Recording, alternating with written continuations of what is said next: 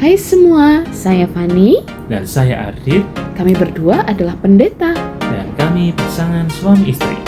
Dan di podcast ini kami akan banyak berbincang tentang opini kami yang tidak selalu sama. Selamat mendengarkan. Oke, selanjutnya. Ini yang generasi di atasnya lagi. Itu Mas Teguh. Ini Pak D. Teguh. Pendeta Mas Teguh Prasetyo Adi. GKJ Wisma Pandungan Rijan. Kami seringkali menyebutnya Mas T. Itu Mas Teguh, Mas T. Ini pendeta yang menurutku paling perfeksionis di klasis ini. Dewa perfeksionis di klasis kami. Perfect banget. Dia segala sesuatu yang dia kerjakan harus perfect. Nggak bisa nggak sempurna. Nggak bisa nggak sempurna, harus sempurna. Jadi ketika dia mau melakukan sesuatu, dia itu harus cari dasarnya dulu. Dasar teologisnya apa? Dasar dogmatisnya apa? Dasar peraturannya apa? Betul. Adakah tradisi yang mewarnai apa yang mau dilakukan itu? Atau ini sebuah tradisi yang baru? Dia akan mencari semuanya itu supaya ketika muncul menjadi sesuatu sumbangsih teologi yang benar-benar matang. Matang, mendasar. Iya. Jadi sempurna. memang kalau kita ngobrol dengan Mas T begitu akan sedikit lebih lama. Karena penggalian makna teologis dan tetek bengeknya itu membutuhkan waktu yang lama memang. Tetapi bisa dipastikan hasilnya akan matang. Dia juga disiplin soal waktu, perfeksionis banget pokoknya. Rapat jam 10, jam 10 harus mulai. Nggak bisa molor. Kalau molor yang terlalu lama, beliau bisa marah. Karena sangat menghargai waktu. Iya, bisa menghargai waktu. Dan menghargai, misalkan ya, kalau dalam dulu aku ingat banget di visitasi di Meranggen itu kan sering telat. Molor-molor gitu ya. Apalagi ini yang teko Mas T. Sing rawuh ning Meranggen Mas T. Visitator waktu itu. Gereja belum dibuka, Mas T wis rawuh. Aduh. Mas T datang, yang datang baru 3 atau 4. Iya. Sret duduk. Mas T langsung. Ya, tidak usah menunggu yang telat. Kita menghargai yang datang tepat. Langsung dimulai dong. Yang lain yang baru datang udah kisinan lagi. Tapi memang harus seperti itu sebenarnya, karena itu memberikan efek jera, rasa malu kepada yang datang terlambat gitu loh. Dan memang benar menghargai yang datang setengah jam sebelumnya. Ada kan orang-orang yang memang tertib gitu datang. Menghargai yang datang tepat. Keren, aku belajar dari situ. Perfeksionis sekali lah. Aku seneng kalau diskusi sama Mas T itu pasti mendasar dan pasti dalam. Mami kelingan enggak ketika kita dibimbing khotbah sama Mas T. Sekelas khotbah peremtoar, kuwi kudu menjawab persoalan teologismu apa. Iya, jadi tidak sekedar kamu khotbah tuh enggak sekedar khotbah, tapi apa masalah teologisnya? Maka kita harus cari itu masalah teologisnya dari paper kami gitu. Kalau enggak ada masalah teologisnya ngapain jangan kamu ngomong apa-apa gitu. Ini sekelas peremtoar, men, bukan khotbah minggu, bukan khotbah penghiburan apalagi. Kita kan satu pertemuan tuh, muter-muter itu untuk mencari itu karena kita tidak terbiasa khotbah itu untuk menjawab persoalan-persoalan teologis.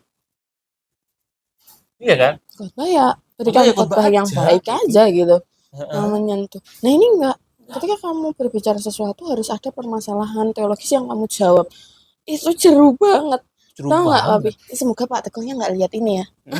Aku tuh dulu waktu bimbingan sama Pak Teguh, dibandingkan bimbingan dengan yang lain tuh yang paling aku grogi bimbingan sama Pak Teguh. Karena ya itu, aku kan sejujurnya aku orang praktis. Jadi kayak apa yang terlihat ya ya udah gitu, praktisnya harus seperti apa. Pak Teguh kan nggak seperti itu. Kamu nggak bisa langsung menjawab persoalan dengan sesederhana itu, harus dicari dulu akalnya. Sedangkan aku orang praktis. Wah, grogi bener deh. Itu dari Tapi aku seneng pembimbing. sih. Seneng ngefans. Jadi tertata, rapi, Tapi mendalam. perfeksionis mendalam. Jadi pasamuan di GKJ WPM menurutku harus berbangga punya pendeta seperti Pak Teguh, karena memastikan jalannya gereja itu akan sangat rapi, sempurna, perfect. Dan setiap hal yang dilakukan itu tidak hanya dilakukan karena Ben podo kancane atau yes biasanya seperti itu dan lain sebagainya, tapi benar-benar apapun yang dilakukan itu pasti ada dasar teologisnya. Itu pasti benar-benar matang. Itu pasti ada sesuatu yang dalam yang sudah dipikirkan dengan sangat sempurna. Nah, aku jadi kelingan. Mumpung pegang Emmerich ya. Ketika beberapa waktu yang lalu, ini salah satu pemikiran beliau yang aku kagum, yang mendalam, yang kita nggak terfikirkan. Emmerich itu ngirim brosur kepada gereja-gereja tentang penawaran paket. Paket mereka itu pakai nama-nama Injil, Matius, Markus, Lukas, begitu. Beliau itu mempertanyakan, kenapa harus nama-nama Injil? Apa dasar teologisnya nama-nama Injil itu dipakai oleh Emmerich Hotel untuk menamai paket-paket penawaran mereka? Apakah waktu itu ada? Apakah supaya kelihatan Kristen?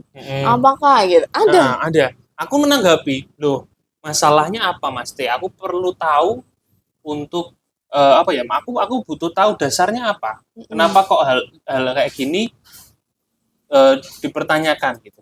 Atau gimana pokoknya? Kenapa kok dipertanyakan? Karena penasaran sama pemikiran beliau yang penasaran sama mendalam, yang out of the box dan mendalam itu. Nah, beliau tuh bilang gini, gereja. Wah, kasnya kalau mandikan begitu.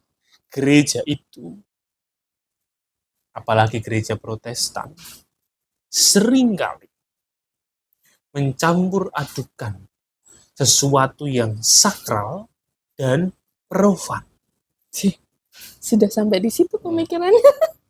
Jadi, apapun yang profan kadang disakralkan. Jadi sudah tidak ada lagi pembedaan antara yang sakral dan profan ini. Itu. Iya toh, maksudnya, ya bener kan? Orang-orang Protestan kan begitu ya. Tidak ada tempat suci gitu ya, tanah suci. Tidak ada bahkan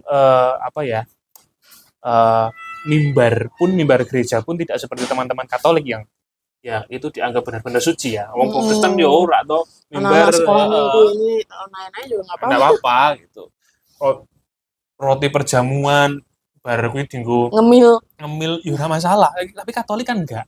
Itu kan jadi khas Protestan. Tidak ada perbedaan sesuatu yang sakral dan profan yang memisahkan secara frontal. Nah, beliau berpikir gini, loh, iya, tapi kalau kebiasaan itu dilanjutkan oleh kita yang Protestan ini, gitu, bagaimana rasanya jika nanti di Emmerich ini ada pasangan yang belum menikah, belum diberkati, nginep dan beli paket penawaran itu. Misalnya nama Matius, gitu ya, paket promo Matius. Terus ternyata itu bukan pasangan suami istri. Terus nanti ada berita. Yang gitulah. Iya. Pasangan apa berbuat apa di hotel ini menggunakan promo ini gitu. Aku nggak kepikiran sampai situ sebenarnya, tapi ini mana kayak oh iya juga banget, ya gitu. Juga ya. Oh iya ya. Dia kok sampai mikir sampai segitunya itu. Mas Teh.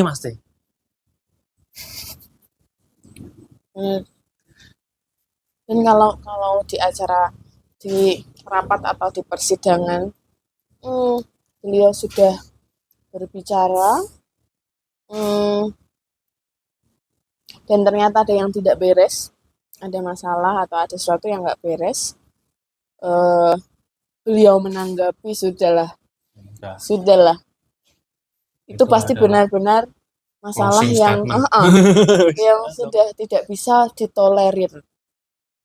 Jadi ketika Mas T atau Pak Teguh menanggapi sesuatu, apalagi kalau ada sesuatu yang nggak beres, percayalah dasar yang beliau punya untuk ngendikan itu oke banget.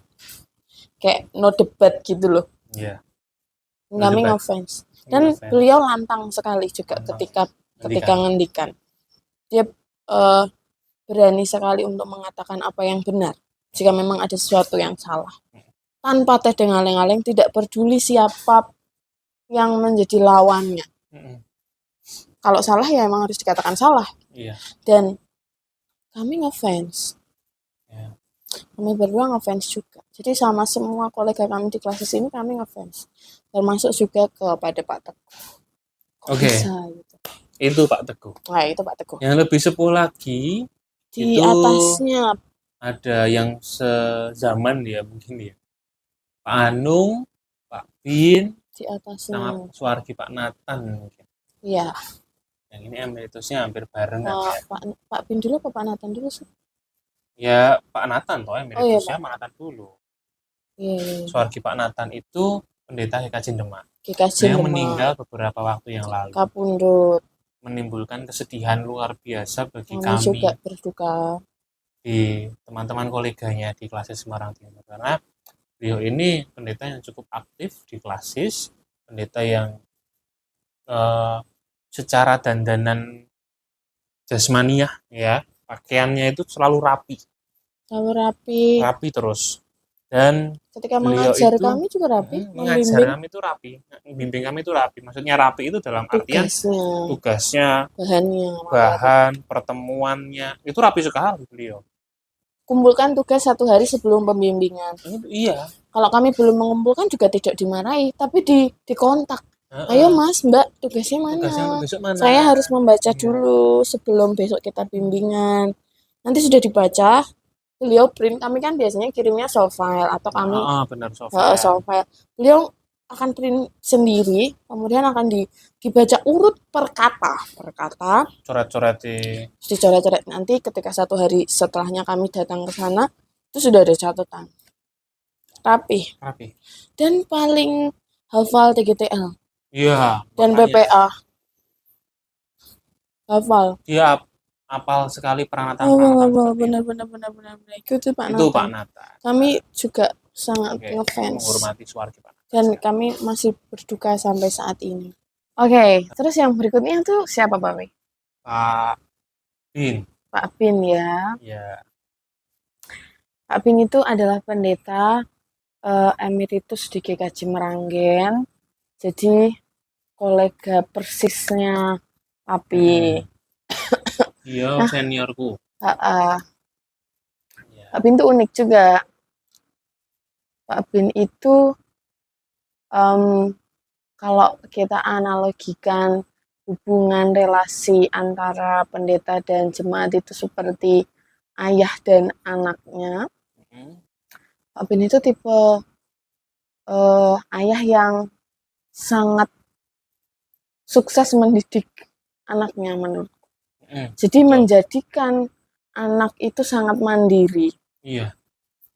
Jadi hasil didikan, hasil ajaran, hasil pengasuhan dari Pak Bin, Ayah Bintoro ini adalah anak yang sangat amat mandiri. Jadi kayak memang rasanya kayak agak sedikit ini ya, galak ya, tapi kayak misalnya kalau ayah itu, anak itu kan dituntun. Oh, latihan jalan dituntun. Kalau ini enggak, kayak ayo jalan, bisa nggak jalan? Bisa nggak jalan sendiri? Bisa nggak?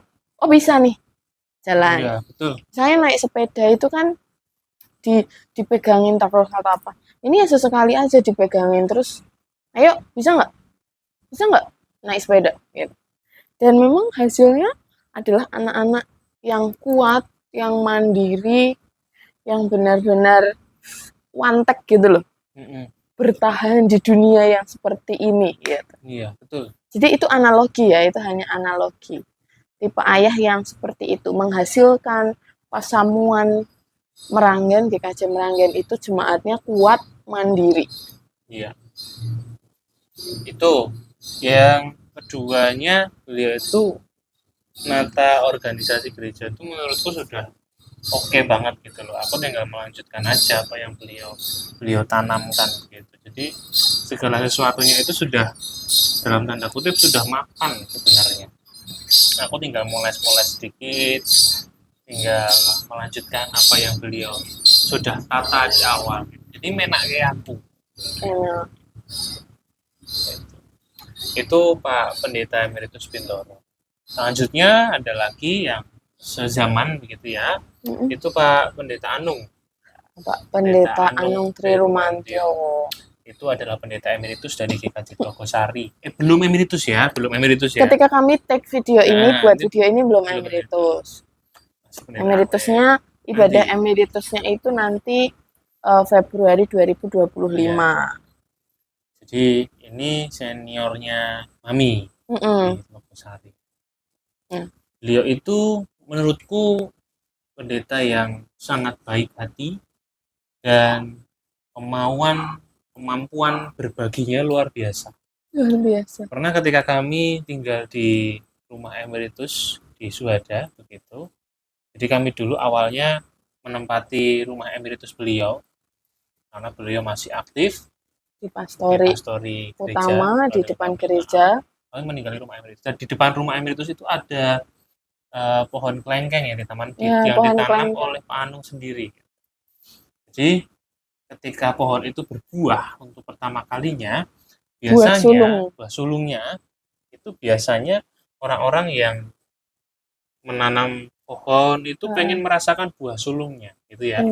Buah pertama. Nah, ketika itu berbuah, kami laporan ke Pak Anung, ngatur Pak Anung, Pak, itu buah kelengkengnya, pohon kelengkengnya berbuah. Ini kalau tidak dibrongsong, itu akan keduluan kalong atau hewan-hewan lain yang pemakan buah. Nah, pripun Bapak ngersake dibrongsong napa boten, mungkin kula patoske brongsonge. Begitu kami menawarkan pada Pak Anung. Jawabannya apa coba? Beliau ngendika, wis ora usah, kuwi ben dadi jatahe manuk. Jal kurang baik dan kurang berbagi apa Pak Anung itu. Bahkan bukan hanya kepada manusia dia berbagi kebaikan, tetapi kepada hewan, makhluk hidup yang lain pun juga seperti itu. Itu Pak Anung. Jadi kalau ditanya di Klasis Semarang Timur itu pendeta paling baik, paling murah hati siapa? Ya Pak Anung. Itu tadi contoh kelengkengan, juga contoh jemaat yang misalnya sedang kesulitan keuangan, kemudian datang ke Pak Anung untuk pinjam, Pak Anung akan berikan gaji bulanannya. Terus untuk beliau sendiri tidak tahu, jadi diberikan gajinya. Itu kadang kebaikannya tuh memang di luar logika memang. Jadi memang dewa kebaikan di Klasis ini rasanya. Iya, Pak Anung luar biasa baiknya. Bahkan ketika ada jemaat, misalnya kan pastorinya itu di depan gereja. Jadi di depan pas. Jadi ini gereja, depan pas itu adalah pastori. Ketika ada jemaat yang sedang ngumpul-ngumpul di bawah pohon mangga atau ngumpul di gereja dan tidak ada cemilan, Pak Anung akan dengan rela hati untuk membongkar isi lemari di dapur pastori. Apa nih, ada cemilan apa, dikeluarkan. Jadi Pak Anung gitu ngasih cemilan. Dan kadang bahkan cemilan yang diambil dari lemari dapur itu adalah cemilan favoritnya anak-anak. Jadi kesukaannya putrinya diberikan kepada orang lain. Baik banget kan? Satu lagi. Dulu kan eh aku mau tahbisan. Kami tahulah pelanggan sedang kesulitan keuangan gitu ya. Betul. Anung tuh lihat sepatuku yang sudah jelek, buluk gitu. Terus suatu hari beliau tuh ngajak aku, nggak tahu mau ngajak kemana. Aku nggak ngelegewo dia mau ngajak kemana. Quality time berdua gitu. Cie. Jadi Romantis. aku dipanggil ke Pastori, ini tak ajak ya dia. Aku datanglah ke Pastori. Jadi tidak begitu Pak, Musayo melu aku. Awalnya tuh ngobrol-ngobrol, aku diajak ke itu susu segar Karangdoro. Berdua aja. Nah, berdua dong. Gitu. Mas pesen apa ono? Ya ngobrol-ngobrol layaknya bapak dan anak. Cie, nongkrong berdua loh. Kayak romantis banget gitu loh, sweet banget. Terus habis itu aku diajak ke Bata. Kono milih sepatu, aku pengen delok sepatumu mesake, kowe meh tabisan mosok arep nganggo sepatu kae. Ya udahlah, pilihlah sepatu. Dianterin suruh milih, dianterin loh. Beliau meluangkan waktu dan uang untuk Ardit ya. Iki dianggap kan? Kayak anak dewe baik gitu. Kan baik banget. Dan sebegitunya memperhatikan orang, apalagi anak dewe gitu ya. Jadi aku tersentuh dengan segala kebaikannya Pak Anung.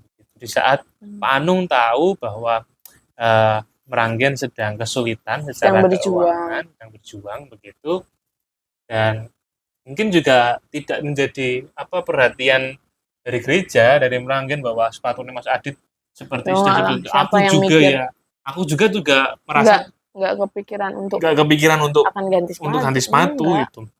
Tapi Pak Anung memperhatikan sampai sepatuku. Sweet kan? Sweet sekali. Terus ini yang pendeta yang menjenguk ketika aku mau lahiran. Iya. Pertama. Pendeta pertama. Jadi Mami itu lahiran Angen tuh lahir jam 3 pagi lebih 8 menit. Yap. Pak Anung datang itu jam 6:30 ketika aku masih di depan ruang operasi. Masih ngantuk. Ruang bersalin. Ruang bersalin. Mami karena Mami pendarahan, jadi jahitnya tuh lama, hampir 6 jam gitu. Keluar jam 9.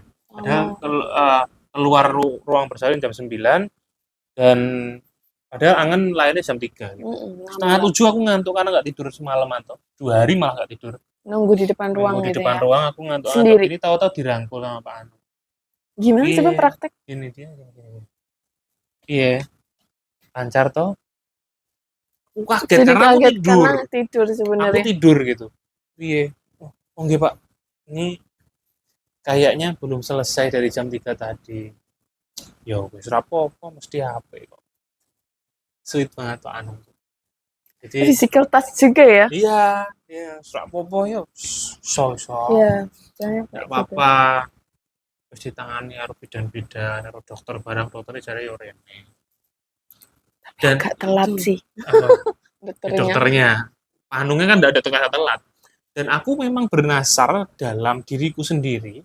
Pokoknya pendeta yang menjenguk pertama kali, maka itu akan menjadi warga kegerejaannya Angen. Kami akan membaptiskan Angen di situ. Pak Anung ya sudah, kami baptiskan ke Pak Anung. Karena waktu itu memang ada kebingungan. Karena kami itu kan keluarga gerejaannya berbeda. Aku tuh dia Meranggen. Iya. Nah, terus anaknya gimana itu jadi bercandaannya orang selama masa kehamilan gitu. Ayo mau jadi jemaat mana gitu. Dan aku bernasar begitu. Dan ternyata jam 6:30 yang juga Pak Anung ya wes betul. Pak Anung yang baptis. Baik banget. Baiknya kadang tidak ada logika. Nggak ada logika wes pokoknya. Nah itu baik. Itu Pak Anung ya. Di zaman itu. Kalau di atasnya lagi itu siapa? Di atasnya itu ada 3 serangkai ini. 3 serangkai. Pak Ekoloso, Pak Nomolas, dan Pak Srihandoyo. Pak Sri. Pak Sri itu sudah Suwargi, GKJ BPM. BPM. Beliau juga beberapa waktu yang lalu kapundhut. Ya, belum lama Tapi juga. memang kami tidak terlalu kenal dengan beliau secara personal karena ketika kami datang sudah sakit. sudah sakit. Begitu. Jadi kami tidak terlalu kenal dengan Pak Sri ini, cuman mendengar dari beberapa cerita orang-orang di sekitar kami, dia itu orang yang rapi gitu. Itu orang yang perfeksionis juga. Ini menurut Pak. Kok bisa sama ya? Teguh, sama ya? Pak Teguh. Jadi ya perfeksionis. Begitulah Pak Sri, kami tidak terlalu kenal secara personal. Rapi. Dan kami memang tidak secara personal belum sempat untuk berkenalan lebih ya. Belum pernah ngobrol yang banyak karena memang sudah sakit. Tapi kami bisa merasakan kalau Pak Sri adalah sosok tokoh yang pasti juga luar biasa gitu. Kenapa bisa begitu? Karena kami menyaksikan dalam ibadah pemakaman dan Biston. Jadi yang datang ketika beliau kapundhut itu yang datang ke WPM itu gereja yang luas loh. Gedung gerejanya luas, masih ada gedung serbagunanya, parkirannya luas, menurutku luas. Dan luber ketika ibadah pemakaman malam. Luber benar-benar. Itu sebenarnya dari situ kami bisa melihat bahwa selama beliau hidup di dunia, pasti beliau ini orang yang baik. Terbukti ketika meninggal yang melayat banyak sekali gitu. Pasti beliau orang yang baik, pasti beliau orang yang sangat berguna semasa hidupnya dan luar biasa. Kalau biasa-biasa aja pasti tidak seperti itu. Tamu yang datang untuk melayat. Pasti luar biasa. Itu Pak Sri ya? Pak Sri. Oke. Serangkai yang selanjutnya itu Pak Nomolas dulu deh. Pak Nomolas. Nomolas Daryanto itu pendeta emeritus dari GKJ Semarang Timur. Jadi seniornya Mas Yoyok yang tadi. Beliau ini pendeta yang menurutku sangat berkarakter, otentik sekali, dan satu-satunya pendeta yang gondrong di kasus ini untuk sementara waktu ya. Nggak tahu kalau nanti ada yang gondrong-gondrong lagi. Nanti ada, tapi saat ini satu-satunya pendeta gondrong di kasus Semarang Timur. Dan beliau kemana-mana selalu pakai jin dan kaos. Jin kaos. Dan itu menurutku sangat otentik disuarakan oleh Pak Nomolas yang notabene pendeta lama, generasinya memang generasi kasepuhan, dan aku bisa membayangkan dulu penolakannya seperti apa gitu ya. Belum terbuka secara pakaian, open minded belum gitu. Jadi beliau sudah melakukan itu. Jadi yang dilihat tuh bukan casingnya, tetapi hati dan pikiran.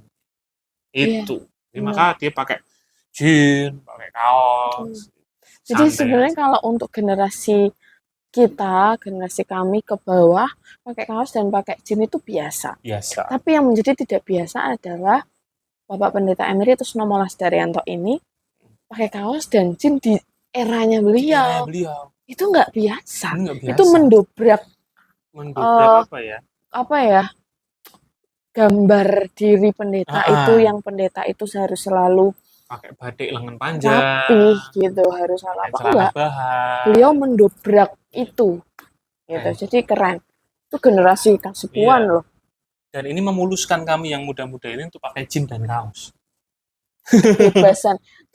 Jadi di klasis kami yang mengusung kebebasan berbusana, bebas tapi sopan, itu Pak Nomolas. Jadi jangan atur-atur cara berpakaian orang, yang penting itu isi otaknya dan hatinya gitu. Betul. Keren loh. Dan aku mulai merasakan nyamannya pakai jin dan kaos di Semarang. Betul. Karena panas banget. Kalau Semarang mimpin panas. apa begitu disuruh pakai apa namanya batik lengan panjang, aduh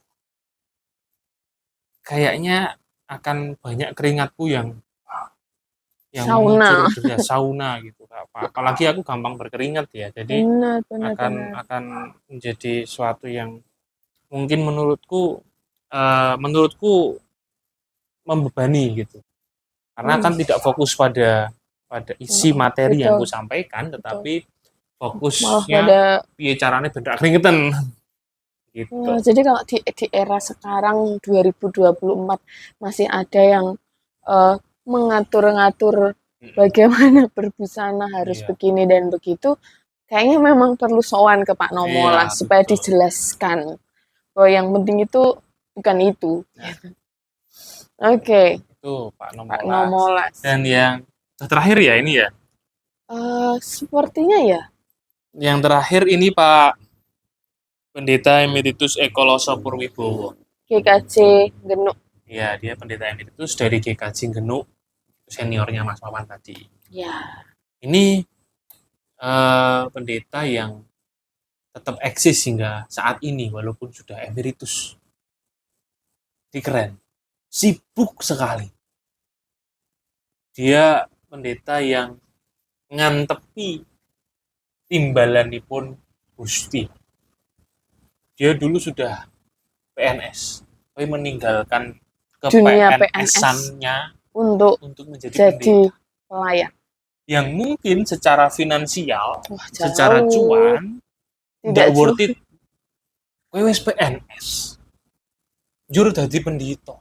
Itu wis secara logika finansial wis ora mapan, tetapi betul. karena dia disuruh Tuhan ya gitu ya. Sudah Akhirnya dia ditimbali dipanggil Gusti, dipanggil Tuhan. Tuhan. Ya sudah, dia yakin bahwa nanti berkatnya sudah disiapkan oleh Tuhan sendiri. Oke. Maka Aktif dengan banget. semangat itu sampai sekarang dia kalau ada yang nimbali untuk pelayanan dia akan berangkat. Karena itu apa motivasi semangat pelayanannya. Aku ditimbali Gusti kok. Masa enggak mau? Gitu. Jadi dan aktifnya itu tidak hanya di lingkup gerejanya di GKJ Genuk, tetapi juga di klasis. Iya. Beliau masih luar biasa. Kemudian di sinode pun juga masih ya. Iya. Di Adiuswo, Paguyuban Adiuswo sinode juga masih aktif. Kemudian di PGI juga aktif. Kemudian di FKUP juga. Kemudian banyak lah. Banyak. Luar biasa. Jejaringnya luas. Bahkan pejabat-pejabat sering kalau Natal itu sowan ke rumahnya. Sowan. Entah kenapa sowan ya, tapi mereka sowan nyatanya gitu. Karismanya itu luar biasa. Kepercayaan diri. Nah, untuk generasi muda yang gampang insecure harus belajar dari sosok ini. Pendeta Eko Loso. Pak Pendeta Eko Loso, Kong Eko kami sering memanggilnya. Beliau itu punya kepercayaan diri yang menurutku sangat baik. Sangat baik. Jadi ketika datang kemana-mana tuh tidak pernah datang tuh dengan lesu atau dengan kepala yang tertunduk karena minder gitu, enggak. Di hadapan siapapun, sepintar, sehebat apapun, itu selalu begini. Selalu kayak gini. Gitu. Percaya dirinya tuh kayak ada sesuatu yang besar di dalam dirinya yang wow. Ya itu yang bikin karismanya juga bertahan sampai pada saat ini ya, karena beliau sendiri percaya diri, percaya akan dirinya, membuat orang lain juga percaya akan dirinya. Itu luar biasa. Nah, itu kayaknya kita sudah sebutkan, kita sudah spill semua kolega di satu klasis ini. Doakan kami di kesempatan berikutnya, di podcast kami yang berikutnya kami bisa menghadirkan mereka. Itu juga ya.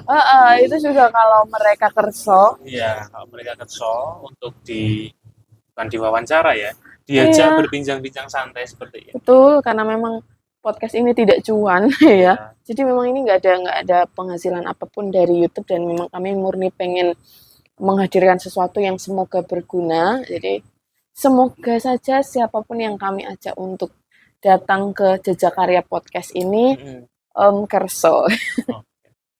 Begitu. Sampai ketemu di podcast Jejak Karya berikutnya.